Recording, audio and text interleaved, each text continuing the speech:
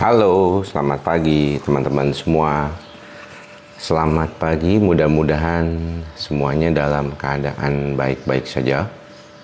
Jadi mudah-mudahan lagi dalam keadaan stabil, semuanya sehat. Biasanya sih ini suka sepi ya, pagi-pagi itu biasanya nggak terlalu banyak juga yang datang. Tapi mudah-mudahan kali ini ada ya yang mungkin bersama saya. Tapi kalau nggak juga nggak apa-apa, karena biasanya sih di sekitar jam 8 saya sudah mulai akan biasanya melakukan aktivitas lain. Baik, apa kabar juga Ica ya. Terima kasih yang sudah bergabung sampai pada kesempatan kali ini. Topik kali yang kita akan bicarakan singkat ya dalam waktu 10 menit ke depan adalah tentang trauma. Ya, jadi tentang trauma. Banyak di antara teman-teman yang seringkali bertanya, bagaimana caranya mengatasi trauma? Ya, ini yang paling dominan ya. Kalau kita berbicara tentang trauma, itu banyak di antara kita tuh yang tidak menjadi nyaman ya membicarakan tentang masa lalu. Teman-teman pasti pernah lah ya. Dan di dalam beberapa kali kesempatan bertemu dengan pasien, mereka selalu mengatakan gimana sih caranya untuk bisa membantu diri menjadi jauh lebih baik. Ya, ini salah satu yang mungkin perlu diperhatikan ya sama teman-teman. Banyak di antara kita itu yang susah gitu ya untuk membantu diri mengalami atau menjalani proses trauma, sehingga pengalaman-pengalaman orang yang seringkali dikaitkan dengan bagaimana mengatasi trauma itu sering diungkapkan dalam berbagai macam, termasuk buku ya. Kemarin saya baru aja mendapatkan satu buku yang sedang saya proses di otak saya ini supaya bisa lebih baik gitu dibacanya nanti. Healing is the New High ya. Jadi bagaimana panduan untuk mengelola gejolak emosional dan menemukan kebebasan. Menariknya di dalam buku ini ada catatan di belakangnya. Buku ini mengangkat isu sensitif, mohon kebijaksanaannya saat membaca. Di belakangnya tuh ada tulisan ini.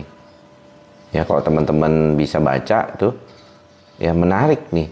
Ya, kenapa menurut saya? Karena kalau beberapa buku dan beberapa film ya, terutama kalau kita lihat film di sini, lihat Anda teman-teman lihat ya, ini harga bukunya segini, tapi di keranjang itu harganya nggak nyampe 100.000 sih, 74.000 atau 79.000. Nah, kenapa sampai ada peringatan seperti ini? Sebenarnya salah satunya juga kita dapatkan di film terbarunya dari Tom Hanks. Yang sudah nonton mungkin boleh sharing ya. Kenapa?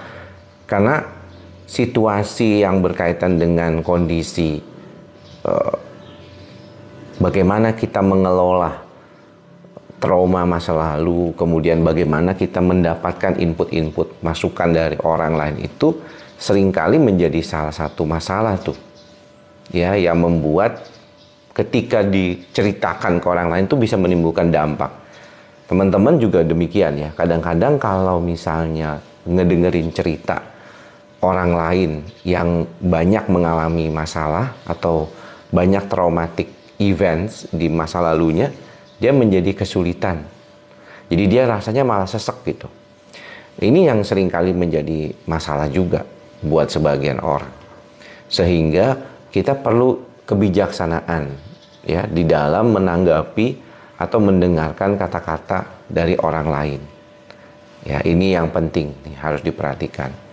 Nah, kalau misalnya bicara tentang bagaimana akhirnya mengenali sesuatu itu, maka gini, di dalam satu kondisi hidup kita memang seringkali banyak ya yang tidak bisa kita hindari. Jadi kalau teman-teman bisa punya pengalaman jelek ya yang berkaitan dengan orang, berkaitan dengan lingkungan ya, berkaitan dengan apapun itu mau nggak mau itu ya bisa terjadi. Jadi mengharapkan bahwa saya berharap nggak ada pengalaman buruk yang terjadi pada hidup saya, itu nggak mungkin.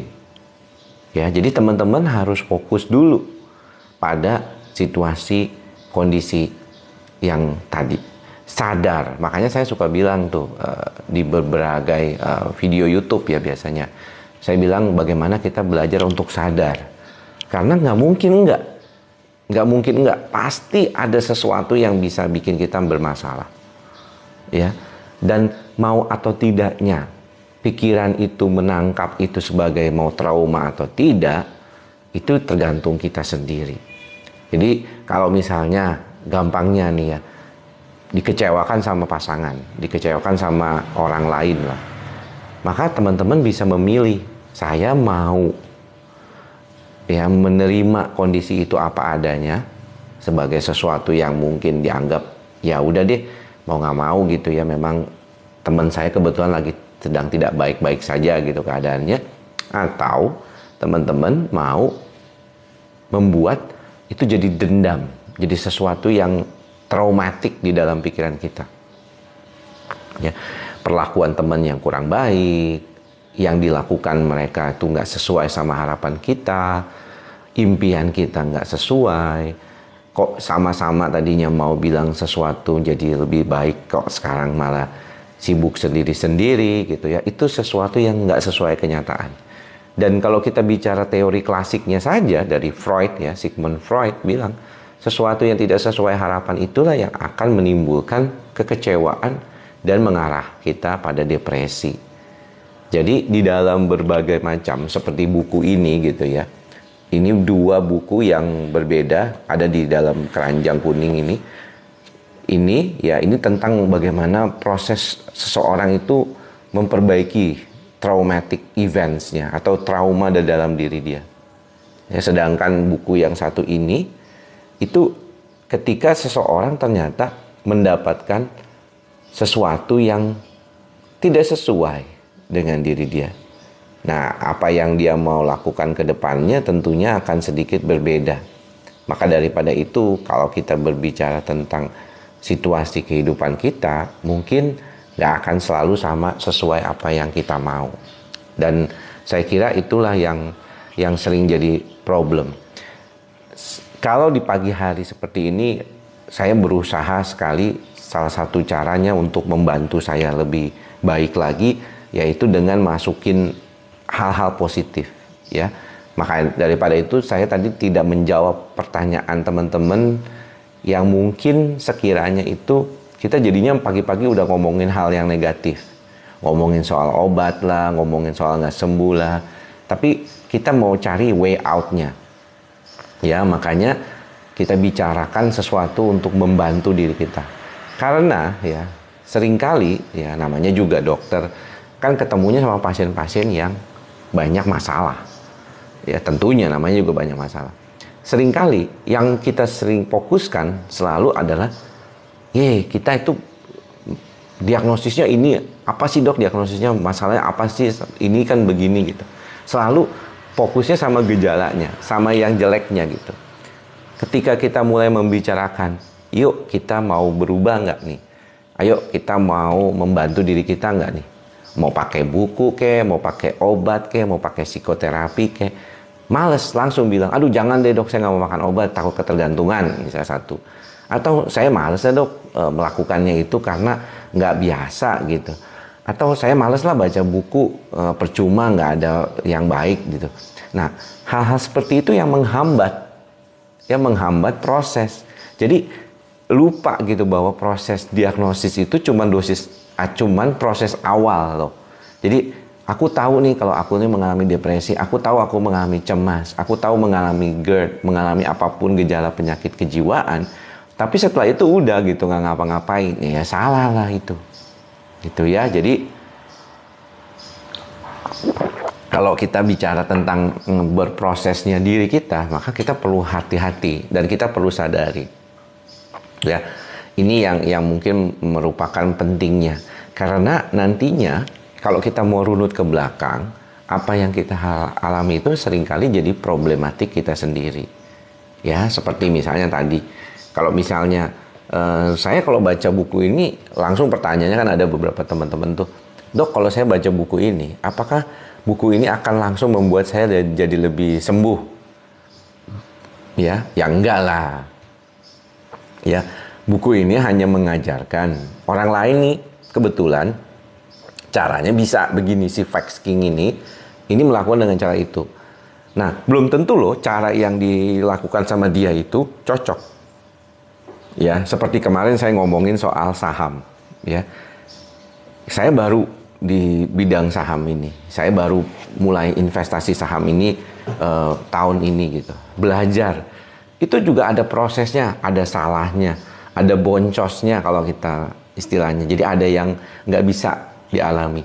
Sakitnya kehilangan juga ada. Sama sebenarnya dalam proses belajar ilmu kedokteran jiwa dan bagaimana proses ini bisa ngebantu kita.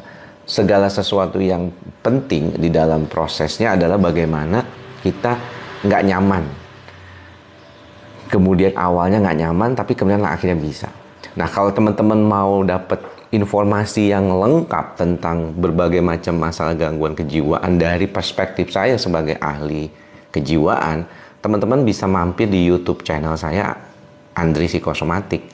Nah, di channel YouTube saya, Andri Psikosomatik, itu lengkap tuh. Teman-teman mau nanya tentang depresi, banyak. Ada schizophrenia, ada tentang kecemasan paling banyak, psikosomatik ya, demensia, mau demensia yang Alzheimer atau yang stroke juga ada.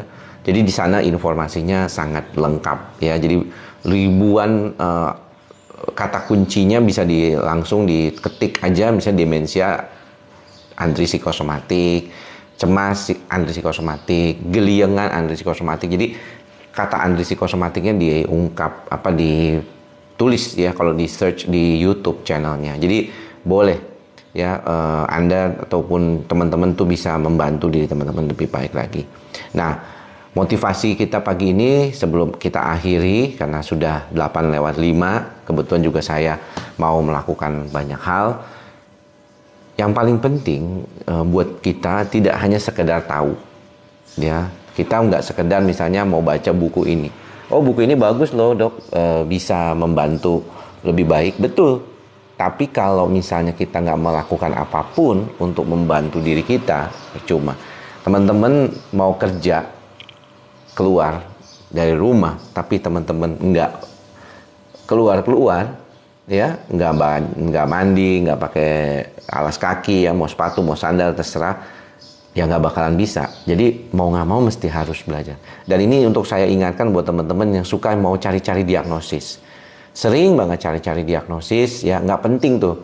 Ya, makanya kenapa banyak dokter jiwa ataupun psikolog nggak mau kalau ditanya tentang diagnosis. Banyak tuh yang mereka diem, nggak mau ngomong ya. Kenapa? Karena membuat Anda itu makin mencari-cari nantinya. Oke? Mudah-mudahan bisa membantu ya. Jangan lupa selalu menjaga kesehatan jiwa dan raga. Ingat, raganya juga harus benar. Jangan masukin hal-hal yang negatif ke dalam tubuh kita. Semoga kita bisa membantu diri kita jadi jauh lebih baik lagi ke depannya. Sampai bertemu lagi di live TikTok berikutnya. Kita bahas buku yang lainnya juga. Tapi motivasi pagi ini mudah-mudahan bermanfaat buat teman-teman semua. Salam ikhlas, sabar, dan sadar. Salam sehat jiwa. Bye-bye.